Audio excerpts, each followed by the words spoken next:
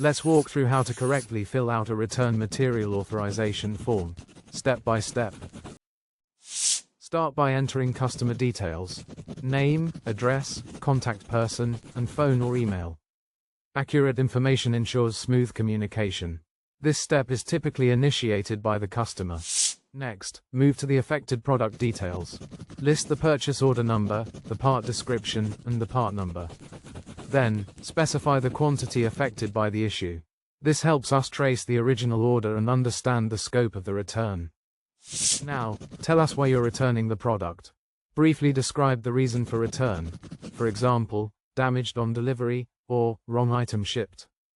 Add a more detailed problem description to help us understand the situation fully. The more specific, the better. Now it's time for the disposition agreement.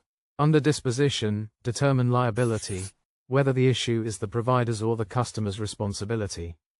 Then, select the preferred final disposition: refund, replacement, return, or repair. Add any relevant remarks to clarify your request. Provide any special shipping instructions, like preferred carrier or delivery address, or procedure reference. Also, include billing instructions, especially if there are costs involved with the return. Clear instructions here help prevent delays. Finally, the form must be approved. An authorized representative from the provider should complete the authorized by field, include the authorization date, and signature. Any additional remarks or internal notes can be added here. And that's it. Thanks for watching. Please remember to like and subscribe to our channel.